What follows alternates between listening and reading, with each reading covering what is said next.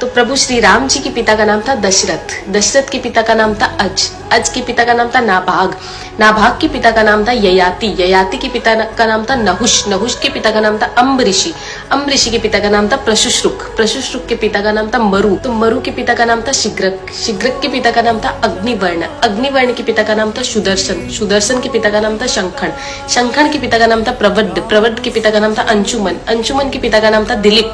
दिलीप के पिता का नाम था भागीरथ, ये वही भागीरथ है जो गंगा को पृथ्वी पर लेके आए थे, जिसको भागीरथी के नाम से भी जाना जाता है। राजा भागीरथ के पिता का नाम था कुकुस्थ, कुकुस्थ के पिता का नाम था रघु, ये रघु वही राजा है जिनके नाम पर ये रघुकुल पड़ा, क्योंकि ये बहुत ही पराक्रमी और तेजस्वी राजा थे। आज भी कहा जाता है कि रघुकुल रीत सदा चली आई, प्राण जाए पर वचन न जाए। तो राजा रघु के पिता का नाम था राजा असमंज, राजा असमंज के पिता का नाम था राजा सगर, राजा सगर के पिता का नाम था राजा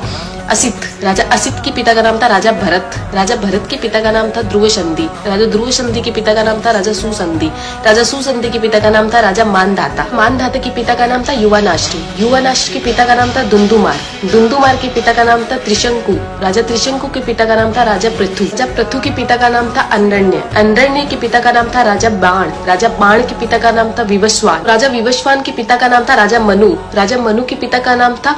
इक्ष्वाकु, इक्ष्वाकु के पिता का नाम था राजा कुक्षी, राजा कुक्षी के पिता का नाम था राजा विकुक्षी, राजा विकुक्षी के पिता का नाम था राजा कश्यप, राजा कश्यप के पिता का नाम था राजा मरीचि, राजा मरीचि के पिता का नाम था ब्रह्मा जी। तो इस हिसाब से हमारे प्रभु श्री राम जी ब्रह्मा जी की 39वीं पीढ़ी है, 39th। तो ज्यादा से ज्यादा ये वीडियो शेयर कीजिए, क्योंकि आने वाला इतिहास ये नहीं बोलना चाहिए कि सनातनियों को मुगलों का इतिहास तो पता था और खुद का इतिहास नहीं पता था। तो ज्यादा से ज्यादा इस वीडियो को शेयर कीजिए। जय श्री राम।